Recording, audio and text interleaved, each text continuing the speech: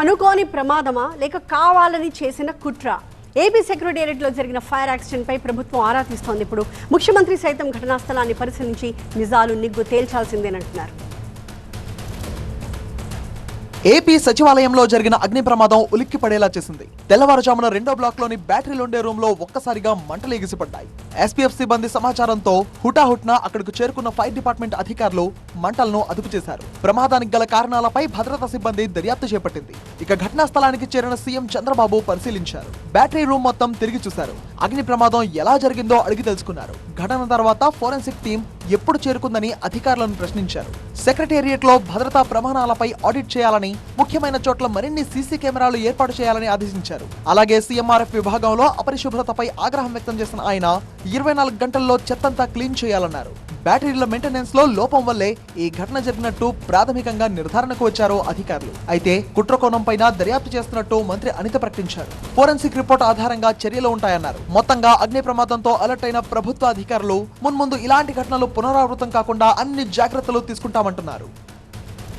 మరిన్ని అప్డేట్స్ తో మా ప్రతినిధి ఈశ్వర్ లైవ్ లో సిద్ధంగా ఉన్నారు. ఈశ్వర్, బ్యాటరీ రూమ్ లో అగ్గి రాజుకోవడం నిజంగా ప్రమాదమేనా, లేదంటే కుట్రకోణం ఏదైనా ఉందా?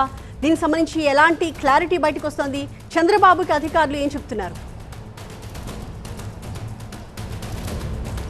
సాధారణంగా రాష్ట్రంలో ఏ ఇతర ప్రాంతంలో ఇట్లాంటి ప్రమాదం జరిగి ఉన్నా పెద్ద లెక్కలేదు. కానీ ముఖ్యమంత్రి కార్యాలయానికి పక్క భవనంలో సాధారణంగా ముఖ్యమంత్రి బ్లాక్ 1లో ఉంటుంది. ఈరోజు ప్రమాదం జరిగింది బ్లాక్ 2లో. ముఖ్యమంత్రి పక్క భవనం అదే సమయంలో బ్లాక్ 2లో ప్రస్తుతం ఏదైతే ప్రమాదం జరిగిందో అదే భవంతిలో ఉన్న పేషీల్లో హోమ్ మినిస్టర్ ఉంటారు స్వయంగా, అలాగే డిప్యూటీ చీఫ్ మినిస్టర్ ఉంటారు, అలాగే ఆర్థిక మంత్రి, చాలా సీనియర్ మినిస్టర్ ఉంటారు, అలాగే టూరిజం మినిస్టర్ ఉంటారు.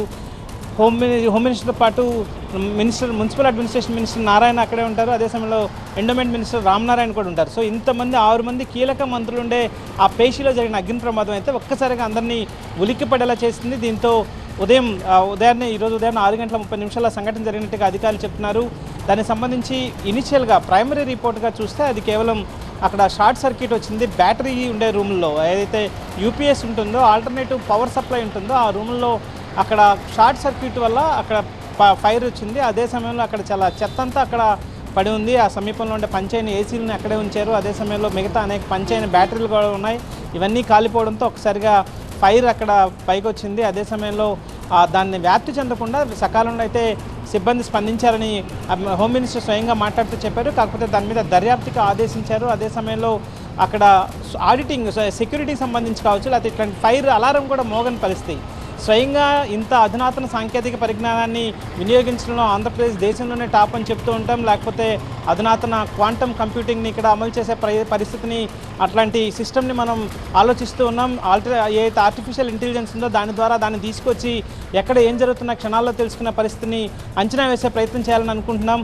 సో ఇట్లాంటి పరిస్థితుల్లో అక్కడ ఇంత పెద్ద ప్రమాదం జరిగితే కనీసం అలారం మోగని పరిస్థితి ఉంది. సో దాంతో ఒకసారిగా ముఖ్యమంత్రి కూడా ఇంత పెద్ద సిస్టంలో కనీసం ఆడిట్ చేయకుండా, ఇట్లాంటి అలారం లేకుండా ఇక్కడ ఏం జరుగుతుంది అన్నట్టుగా ముఖ్యమంత్రి కూడా అధికారులని ఆదేశించారు. అక్కడ సీసీ కెమెరాలను ఏర్పాటు చేయాలని చెప్పారు. ఇతర అనేక అంశాల మీద ఫోకస్ చేసే అవకాశం లభించింది ప్రభుత్వానికి. సో ఇతరత్ర ఎలాంటి ల్యాప్సెస్ ని గుర్తించారు, ఇంకా ఎలాంటి లూప్ హోల్స్ ఉన్నట్టుగా మొత్తం వ్యవస్థలో బయటకు వచ్చింది?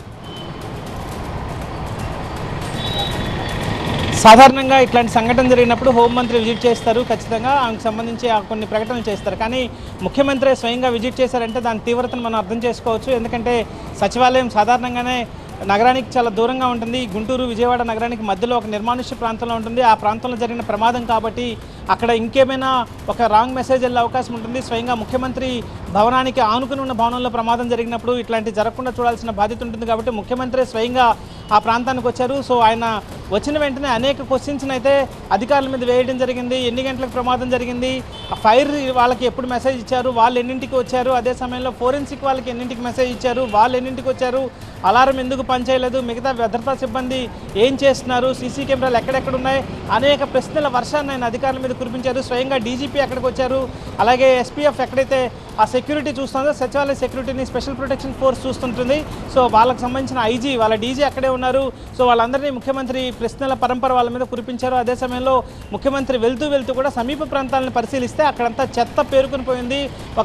సాధారణంగా ఇటీవల కాలంలో 3rd సాటర్డే ఆంధ్రప్రదేశ్లో స్వచ్ఛ ఆంధ్ర అని చెప్పి ఒక క్లీనింగ్ డేగా పెట్టారు. కానీ చూస్తే చుట్టుపక్కల సచివాలయం చుట్టుపక్కల చెత్తని కూరుకుపోయింది. సచివాలయంలోని బ్లాకుల మధ్య పెద్ద ఎత్తున చెత్త డంపింగ్ యార్డ్ లాగా పడి ఉంది. సో ఇదంతా చూసి ముఖ్యమంత్రి స్వయంగా చాలా సీరియస్ అయ్యారు. అధికారుల మీద తక్షణమే దాన్ని క్లీన్ చేయాలి, ఎప్పటికప్పుడు మరొకసారి ఇట్లాంటి చెత్త కానీ లేకపోతే ఇట్లాంటి పరిస్థితులు ఇక్కడ వస్తే సహించే ప్రసక్తే లేదంటే ముఖ్యమంత్రి హెచ్చరించిన నేపథ్యం కనిపించింది.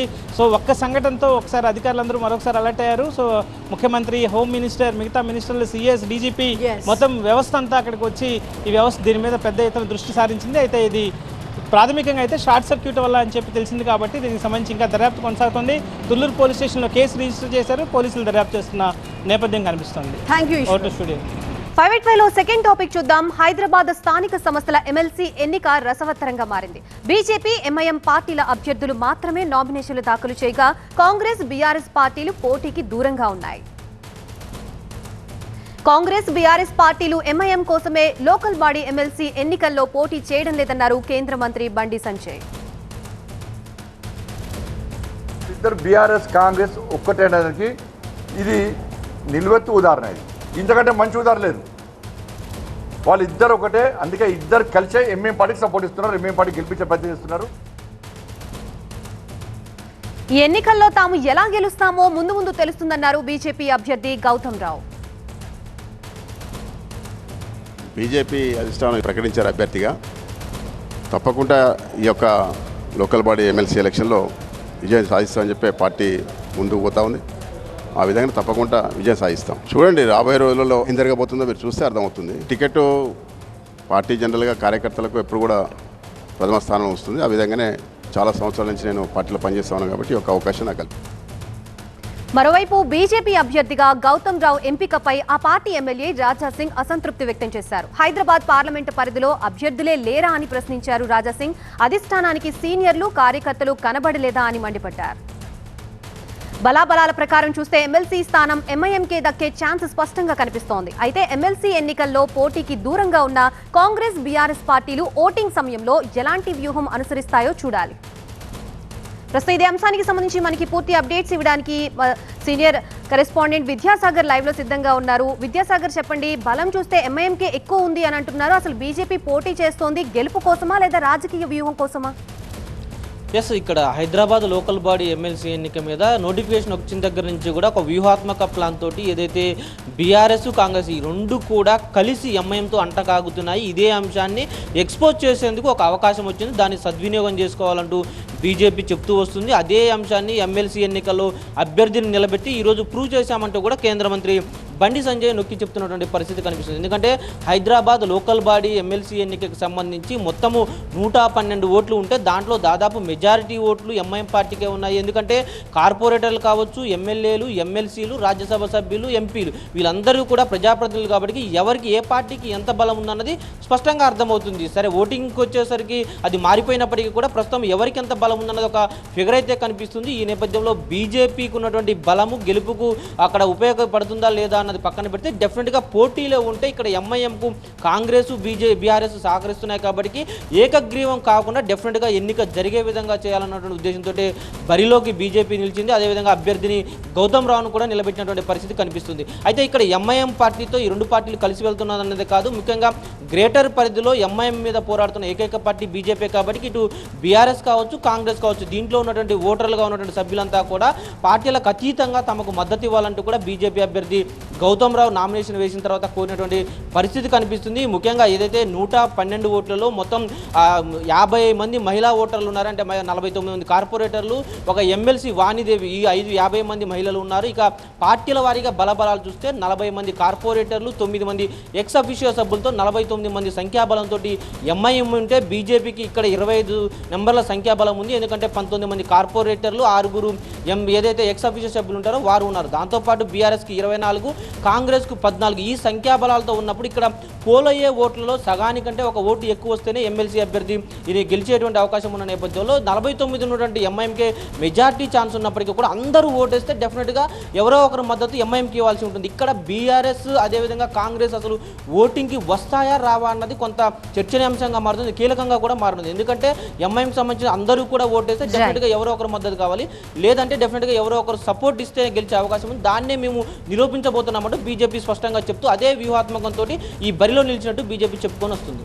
Right, thank you Vidyasagar. ఇక నెక్స్ట్ స్టోరీ చూద్దాం. ఏం చేద్దాం, ఎలా ముందుకెళ్తామంటూ కంచగచ్చిబౌలి భూముల వివాదంపై ఫోకస్ పెంచింది తెలంగాణ ప్రభుత్వం. ఇక ఇదే అంశంపై డిప్యూటీ సీఎం భట్టి విక్రమార్క సీఎస్తో పాటు అటవీ, రెవెన్యూ అధికారులతో సమావేశమయ్యారు. ప్రస్తుత పరిస్థితి, కోర్టు నిర్ణయాలపైన చర్చించారు. ఈ నెల 16లోగా నివేదిక ఇవ్వాలని సీఎస్ని సుప్రీంకోర్టు కోరడంతో పూర్తి స్థాయి నివేదికపైన చర్చించారు. అలాగే ప్రభుత్వం నియమించిన కమిటీ రేపటి నుంచి జరపాల్సినటువంటి సంప్రదింపుల అంశంపై మీటింగ్లో చర్చించినట్టుగా తెలుస్తోంది. భూ సమస్యను పరిష్కరించేందుకు మంత్రులు భట్టి విక్రమార్క, శ్రీధర్ బాబు, పొంగులేటితో ప్రభుత్వం ఇప్పటికే కమిటీ వేసింది. రేపటి నుంచి హెచ్సియు కార్యవర్గం, స్టూడెంట్ యూనియన్స్, మేధావులు, పర్యావరణవేత్తలతో సంప్రదింపులు జరపనుంది ఈ కమిటీ. అపోహలు, అనుమానాలు, ఆందోళనకి చెక్ పెట్టే విధంగా ప్రణాళికలు రచిస్తోంది. అలాగే ప్రతిపక్షాల విమర్శలను తిప్పికొట్టేలా ముందుకెళ్లాలని సూచించింది. ప్రభుత్వ ఆదేశాలతో సమస్యకి సామరస్యంగా చెక్ పెట్టాలని చూస్తోంది త్రిసభ్య కమిటీ. పూర్తి అప్డేట్స్ మా సీనియర్ కరెస్పాండెంట్ ప్రభాకర్ అందిస్తారు. ప్రభాకర్, భూముల రగడని చల్లార్చి అనుకున్నది సాధించడానికి ఈ మంత్రుల కమిటీ ప్రయత్నాలు మొదలయ్యాయా? సుప్రీంకోర్టుకి ఇవ్వాల్సినటువంటి రిపోర్ట్ విషయంలో ఇవాళ ఏమైనా క్లారిటీ వచ్చే అవకాశం ఉందా? నిన్న మంత్రుల కమిటీ ఫామ్ అయింది. నిన్న ఈవినింగ్ దీన్ని అనౌన్స్ చేశారు. ఈ రోజు మార్నింగే పనిని కూడా ప్రారంభించారు. డిప్యూటీ సీఎం భట్టి విక్రమార్కతో పాటుగా మంత్రి పొంగులేటి శ్రీనివాసరెడ్డి అధికారులతో సమావేశమయ్యారు. మొదటి దఫాగా ఉదయం భట్టి విక్రమార్క, రెవెన్యూ అధికారులు, సిఎస్, హెచ్ఎండిఏ అధికారులతో సమావేశమై అసలు ఏం జరిగింది, ఎప్పటి నుంచి ఉంది ఇది, దీన్ని ఏం చేయొచ్చు అనే అంశాలను పూర్తి స్థాయిలో సమగ్రంగా తెలుసుకున్నారు. దాని తర్వాత ఇప్పుడు పొంగిలేటి శ్రీనివాసరెడ్డి అట్లాగే భట్టి విక్రమార్క మరోసారి సమావేశమయ్యారు అధికారులతో. హెచ్సియు భూములకు సంబంధించి, కంచగచ్చిబౌలి భూములకు సంబంధించి ఏం చేయొచ్చు, న్యాయపరమైన చిక్కులను ఏ విధంగా ఎదుర్కోవాలి, కొంతమంది కుట్ర చేస్తున్నారు, అనవసరమైన రాద్ధాంతం చేస్తున్నారు, దీనిపైన ఉద్యోగ కల్పనను అడ్డుకుంటున్నారంటూ కూడా ప్రభుత్వం ఇదివరకే పరకాల్లో శ్రీధర్ బాబు మాట్లాడారు. శ్రీధర్ బాబు కూడా ఈ కమిటీలో, ఈ 3 మెన్ కమిటీలో, 3 మినిస్టర్ కమిటీలో సభ్యుడిగా ఉన్నారు. సో శ్రీధర్ బాబు కూడా చెప్పారు. సో ఆ నేపథ్యంలోనే దీనికి సంబంధించి కోర్టు 16లోగా ఒక రిపోర్ట్ ఇవ్వమంది కాబట్టి ఆ రిపోర్ట్ను ఎలా తయారు చేయాలి, అక్కడున్న వైల్డ్ లైఫ్ ఎంత ఉంది, బయోడైవర్సిటీకి సంబంధించిన ఏం జరిగింది అనే దాన్ని పూర్తి స్థాయిలో వివరించేందుకైతే ఈ కమిటీ ముందుకు వెళ్తుంది. దీంతో పాటుగా ఒక కీలకమైన నిర్ణయాన్ని కూడా కమిటీ తీసుకున్నట్టుగా తెలుస్తుంది. అది ప్రొఫెసర్లు, విద్యార్థులు, హెచ్సియు కమిటీ, అట్లాగే కొంతమంది పర్యావరణవేత్తలు, అట్లాగే జంతు ప్రేమికులు, వీళ్ళందరితో వరుసపెట్టి మీటింగులు పెట్టాలి. అక్కడున్న దాన్ని ఎగ్జాక్ట్గా ఎక్స్ప్లెయిన్ చేయాలి. ఏదైతే ఇప్పటిదాకా సోషల్ మీడియాలో జరిగిన ప్రచారాన్ని తిప్పికొట్టాలి, దాన్ని పూర్తి స్థాయిలో ఒక క్లారిటీ ఇవ్వాలని అనేది అయితే ఆలోచిస్తున్నారు. కొంతమంది కావాలనే ప్రచారం చేశారో వాళ్ళపైన ఆల్రెడీ కేసులు అయ్యాయి. ఎవరైతే జెన్యున్గా లేని ఇన్ఫర్మేషన్ను, మార్పుడు ఇమేజెస్తో కొంత ఫేక్ సమాచారాన్ని వ్యాప్తి చేసే ప్రయత్నం చేశారో వారిపైన కఠిన చర్యలు ఉంటాయనేది కూడా ప్రభుత్వం చెప్తుంది. సో కోర్టు నిబంధనలకు, కోర్టు సూచనలకు కట్టుబడి ఉంటూనే దానిపైన ఫ్యూచర్లో ఏం చేయాలి, ఆ 400 ఎకరాలను ఏకో పార్క్గా చేయాలా, లేకపోతే ఇండస్ట్రియల్ కారిడార్గా చేయడానికి ఇంకేదైనా నిర్ణయం తీసుకోవచ్చా, లేకపోతే ఇంకా ఏ విధంగా ముందుకెళ్ళాలనే దానిపైన అయితే ఎక్సర్సైజ్ స్టార్ట్ అయిందని చెప్పాలి. Right, thank you Prabhakar. మెప్పించడం, ఒప్పించడం, ఈ 2 ప్రభుత్వం ముందున్న టార్గెట్స్. మరి దాన్ని చేరడానికి సర్కార్ ముందున్న ఆప్షన్స్ ఏంటి చూద్దాం. 8 PM సూపర్ ప్రైమ్ టైంలో. Don't miss it.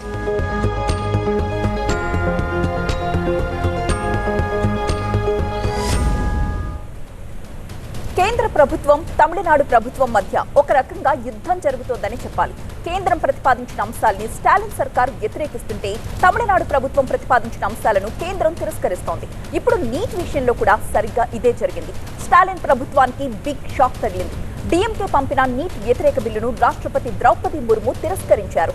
ఈ విషయాన్ని స్టాలిన్ అసెంబ్లీలో వెల్లడించారు కూడా. వైద్య విద్యలో ప్రవేశాలకై నిర్వహించే నీట్ పరీక్ష నుంచి తమిళనాడును మినహాయించాలని గత కొన్నేళ్లుగా డిఎంకే సర్కార్ డిమాండ్ చేస్తోంది. 2021, 2022లో రాష్ట్ర శాసనసభ 2 సార్లు నీట్ వ్యతిరేక బిల్లును ఆమోదించి కేంద్రానికి పంపించడం జరిగింది. 2 ఏళ్ల నుంచి పెండింగ్ లో ఉన్న బిల్లును కావాలనే కేంద్రం తిరస్కరించిందని అసెంబ్లీలో ప్రకటించారు స్టాలిన్. నీట్ పరీక్ష కారణంగా తమిళనాడులో చాలా మంది విద్యార్థులు ఆత్మహత్యలు చేసుకుంటున్నారని, అయినప్పటికీ కేంద్రం పట్టించుకోవట్లేదంటూ మండిపడ్డారాయన.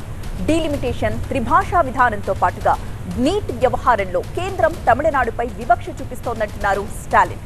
నీట్ పరీక్షపై ఎలా ముందుకు వెళ్లాలి అనే విషయంపై చర్చించడానికి అఖిలపక్ష సమావేశాన్ని ఏర్పాటు చేయాలని నిర్ణయించారు స్టాలిన్. మా ప్రతినిధి మహాత్మా సిద్ధంగా ఉన్నారు లైవ్ లో. మహాత్మా, ఇప్పుడు కేంద్రంపై స్టాలిన్ చేస్తున్న 4 రకాల యుద్ధాల్లో నీట్ కూడా ఒకటి. ఇప్పుడు రాష్ట్రపతి నుంచే దానికి నో అని ఆన్సర్ వచ్చేసాక ఇప్పుడు ఇక స్టాలిన్ ఏం చేయాలి? నీట్ సమస్య ముగిసిపోయినట్లేనా ఇంతటితో?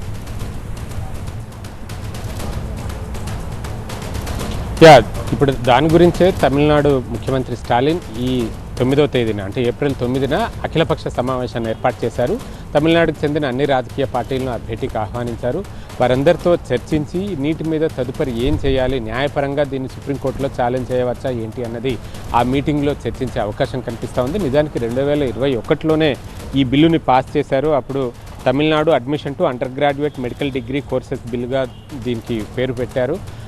ఎందుకంటే నీట్ కారణంగా తమిళ్ మీడియంలో చదువుకున్న విద్యార్థులకు, ముఖ్యంగా గ్రామీణ ప్రాంతాల్లోనూ ప్రభుత్వ విద్యా సంస్థల్లోనూ చదువుకున్న తమిళ్ మీడియం విద్యార్థులకు నీట్లో పోటీ పడలేకపోతున్నారు. ఈ నీట్ పరీక్ష అన్నది అర్బన్ ఏరియాస్లో చదువుకున్న వారికి, కోచింగ్ సెంటర్లను అఫోర్డ్ చేయగలిగిన వారికి అందుబాటులో ఉంది తప్ప గ్రామీణ విద్యార్థులకు అందుబాటులో లేదు అన్న వాదనతోటి వారంతా కూడా తమిళనాడు ప్రభుత్వం ఈ నీట్ని వ్యతిరేకిస్తూ వచ్చింది. ఇందుకోసం జస్టిస్ ఏకే రాజన్ కమిటీని కూడా ఏర్పాటు చేసి అధ్యయనం చేయించింది. ఆత్మహత్య చేసుకుంటున్న విద్యార్థులు, నీట్ కారణంగా తమిళనాడు మెడికల్ ఎడ్యుకేషన్ అందుకోలేకపోతున్న విద్యార్థులు, వీటన్నిటి మీద అధ్యయనం చేసి ఒక నివేదికను తీసుకుని ఆ నివేదికను బేస్ చేసుకునే బిల్లును రూపొందించింది. మొదట బిల్లును తయారు చేసి పాస్ చేసి గవర్నర్ ఆమోదం కోసం పంపినప్పుడు గవర్నర్ దాన్ని తిరస్కరించారు. తర్వాత మళ్ళీ అసెంబ్లీలో దాని మీద మరొకసారి చర్చించి కొన్ని సవరణలు చేసి మళ్ళీ పంపించగా గవర్నర్ ఆ బిల్లుని రాష్ట్రపతి ఆమోదం కోసం కేంద్రానికి పంపించారు. ఎందుకంటే కొన్ని చట్టాల విషయంలో కేంద్ర జాబితాలో కొన్ని అంశాలు ఉంటాయి, ఉదాహరణకు రక్షణ, ఏవియేషన్ ఇట్లాంటివి. అలాగే కొన్ని రాష్ట్ర ప్రభుత్వ పరిధిలో రాష్ట్రాల జాబితాలో ఉంటాయి, కొన్ని ఉమ్మడి జాబితాలు ఉంటాయి, కంకరెంట్ లిస్ట్ అని అంటాం. విద్య అన్నది కూడా కంకరెంట్ లిస్ట్లో ఉన్న సబ్జెక్టే. ఆ కంకరెంట్ లిస్ట్లో ఉన్న అంశాల మీద ఏదైనా రాష్ట్ర ప్రభుత్వం తమ రాష్ట్రానికి పరిమితమై ఒక బిల్లును పాస్ చేసింది అని అంటే దాన్ని రాష్ట్రపతి ఆమోద ముద్ర వేస్తే తప్ప ఆ చట్టం అమల్లోకి రాదు. ఇప్పుడు కూడా రాష్ట్రపతి దాన్ని ఆమోదించలేదు. ఎందుకంటే కేంద్ర ప్రభుత్వం నీట్ని అమల్లోకి తీసుకొచ్చినప్పుడు నేషనల్ మెడికల్ కమిషన్ పేరుతో ఒక చట్టాన్ని పాస్ చేసి దేశవ్యాప్తంగా అన్ని రాష్ట్రాల్లోనూ ఈ నీట్ ద్వారానే మెడికల్ ఎడ్యుకేషన్లో ప్రవేశాలు లభించేలాగా చేసింది. గతంలో మాత్రం ఏ రాష్ట్రానికి ఆ రాష్ట్రం, ఉదాహరణకు ఉమ్మడి ఆంధ్రప్రదేశ్లో ఎంసెట్ ఇట్లాంటి వాటి ద్వారా కూడా మెడికల్ ఎంట్రన్స్ ప్రవేశాలన్నీ కూడా జరుగుతూ వచ్చాయి. అప్పట్లో విద్యార్థులు పలు రాష్ట్రాల్లో మెడికల్ ఎంట్రన్స్లు రాస్తూ వచ్చేవారు. అలా కాకుండా కామన్ ఎంట్రన్స్ను తీసుకుని వచ్చి దీంట్లో స్టాండర్డ్స్ను పెంచాలి. అందులో వైద్య విద్య అన్నది అత్యంత సెన్సిటివ్ అంశం.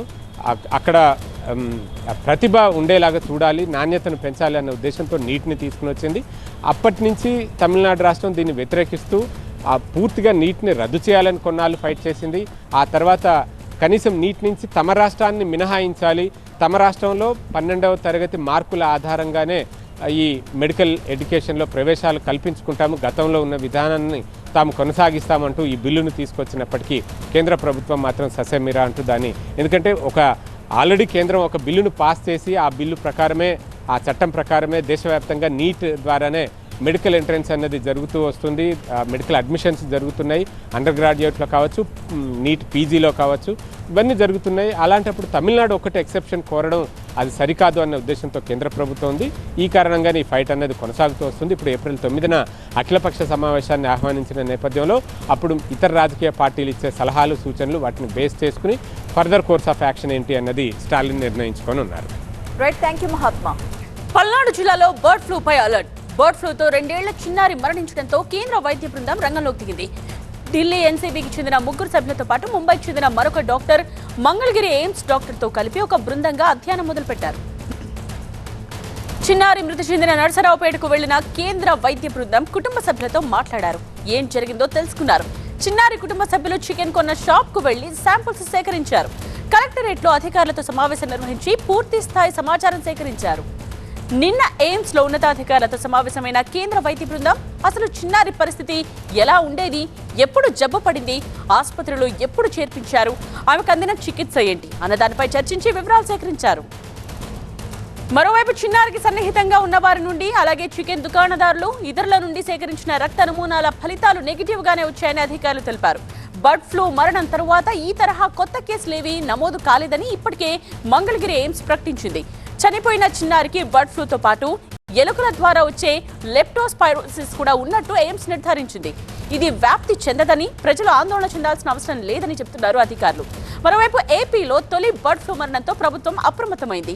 వైద్య ఆరోగ్య శాఖ అధికారులతో సమీక్ష నిర్వహించిన సీఎం చంద్రబాబు బర్డ్ ఫ్లూతో పాటు పలు అంశాలపై చర్చించారు. మా స్పెషల్ కరెస్పాండెంట్ నాగరాజ్ లైవ్ లో సిద్ధంగానే ఉన్నారు. ఈ విషయానికి సంబంధించిన కంప్లీట్ డీటెయిల్స్ అందిస్తారు. నాగరాజ్, ఆ పాప మృతికి కారణంపై ఢిల్లీ బృందం ఏమైనా ఒక క్లారిటీకి వచ్చిందా? అంటే బర్డ్ ఫ్లూనా లేదంటే నార్మల్ ఫ్లూనా అన్నది తేల్చిందా? ప్రస్తుతానికైతే మాత్రం అధ్యయనం అయితే కొనసాగుతూ ఉంది. ప్రాథమికంగా క్షేత్రస్థాయిలో బృందం ఈరోజు నర్సరావుపేటలో పర్యటించింది. అనేక అంశాలను కూడా వాళ్ళు సేకరించడం జరిగింది. వివిధ వర్గాలతో కూడా మాట్లాడటం జరిగింది. అయితే ప్రధానంగా ఇక్కడ అసలు లెప్టోస్పైరోసిస్తో పాటు H1 అంటే బర్డ్ ఫ్లూ వచ్చిందా లేక లెప్టోస్పైరోసిస్ కాకుండానే బర్డ్ ఫ్లూ వచ్చిందా అనేది కూడా తేల్చేందుకు కొంత అధ్యయనం అయితే చేసినట్టుగా కనిపిస్తూ ఉంది. ఎందుకంటే ఇందుకు సంబంధించి ఎయిమ్స్లోనే నిన్న అధికారులందరితో కూడా అక్కడ వైద్యులతో మాట్లాడారు, అక్కడ అధికారులతో మాట్లాడారు. అదేవిధంగా ఎవరైతే చనిపోయారో ఆ చిన్నారికి దాదాపు 9 రోజుల పాటు చికిత్స అందించడంతో ఆ వార్డులో ఉన్న మిగతా వాళ్ళకు కూడా పరీక్షలు చేయాలని సూచించారు. అదేవిధంగా అప్పుడు ఆ వార్డులో ట్రీట్మెంట్ పొందిన మిగతా వారికి కూడా కొన్ని రక్త పరీక్షలు అయితే చేయాల్సి ఉందని కూడా సూచించడం జరిగింది. ఆ తర్వాత ఈరోజు నర్సరావుపేటలో కూడా వివిధ వర్గాలతో మాట్లాడటం జరిగింది. మొదట పాపను తీసుకువెళ్ళిన ప్రైవేట్ ఆసుపత్రి ఏదైతే ఉందో ఆ ఆసుపత్రికి వెళ్ళి అక్కడ వైద్యులతో కూడా మాట్లాడి మరిన్ని వివరాలను అయితే సేకరించారు. అయితే బర్డ్ ఫ్లూతో దేశంలోనే రెండో కేసు అంటే రెండో మరణం సంభవించడంతోనే కేంద్రం చాలా పెద్ద ఎత్తున కూడా దీని మీద దృష్టి సారించినట్టుగా మనకు అర్థమవుతా ఉంది. ఎందుకంటే 5 సభ్యుల బృందాన్ని కూడా ప్రత్యేకంగా పంపించి బర్డ్ ఫ్లూ మరణం అనడంతోనే చాలా భయాందోళన వ్యక్తమయ్యే పరిస్థితున్న నేపథ్యంలో అసలు ఏం జరిగింది, బర్డ్ ఫ్లూ ఒక్కటే కారణమా లేదా ఇంకేదన్నా ఇతర కారణాలు ఉన్నాయా అనే దాని మీద ప్రస్తుతం దృష్టి పెట్టి అయితే మాత్రం ఈ అధ్యయనం అంతా కూడా కొనసాగిస్తున్నారు. కాబట్టి ఈరోజు ఈ నర్సరావుపేటలో పర్యటించిన తర్వాత గుంటూరులో కూడా మొదట VDRL ల్యాబ్కి బృందం వస్తుందని చెప్పారు. అయితే ఆ తర్వాత గుంటూరులోని VDRL ల్యాబ్కి లేకుండా నేరుగా నర్సరావుపేట వెళ్ళడం, అక్కడ అన్ని వర్గాలతో మాట్లాడటం అయితే జరిగింది. ఆ తర్వాత సీఎంను కూడా కలిసే అవకాశం ఉందని చెప్పి వచ్చిన బృందం అయితే చెప్తా ఉంది. అయితే పూర్తి నివేదిక అధ్యయనం అయిన తర్వాత కేంద్ర ప్రభుత్వానికి కూడా ఇచ్చే అవకాశం ఉంది. ప్రస్తుతానికైతే బర్డ్ ఫ్లూ మరణంగానే భావిస్తూ ఉన్నారు. ఆ తర్వాత లెప్టోస్పైరోసిస్ కూడా ఉంది. అంటే లెప్టోస్పైరోసిస్ వ్యాప్తి చెందడానికి కీటకాలు కుట్టడం ద్వారా లేదా ఎలుకల వల్ల కూడా ఇటువంటి వ్యాధి వచ్చే అవకాశం ఉంది. కాబట్టి దానివల్ల బర్డ్ ఫ్లూ ఎక్కువైపోయి పాప అనారోగ్యం బారిన పడటం, ఆ తర్వాత చికిత్స అందించినా కానీ కోలుకోలేకపోవడం జరిగిందా, లేకపోతే ఏదైతే పొరపాటున ఆ చిన్నారి పచ్చి మాంసాన్ని నోట్లో పెట్టుకోవడంతో బర్డ్ ఫ్లూ వ్యాప్తి చెందిందనే దాని మీద కూడా అధ్యయనం అయితే కొనసాగుతుంది. కాబట్టి నిపుణులంతా కూడా చాలా పెద్ద ఎత్తున దీని మీద ఏం జరిగిందనేది వివిధ వర్గాలన్నింటి నుంచి కూడా సమాచారం సేకరిస్తున్నారు, వివరాలు తీసుకుంటున్నారు. వాటన్నిటిని కూడా క్రోడీకరించుకున్న తర్వాత పూర్తి స్థాయి ఒక నివేదిక ఇచ్చే అవకాశం అయితే కనిపిస్తుంది. దానిలో బర్డ్ ఫ్లూవా లేదా లెప్టోస్పైరోసిస్తో కలిపి వచ్చిన బర్డ్ ఫ్లూవా ఎందుకు మరణం జరిగిందనేది కూడా పూర్తిగా తెలిసే అవకాశం కనిపిస్తుంది. రైట్ నాగరాజ్.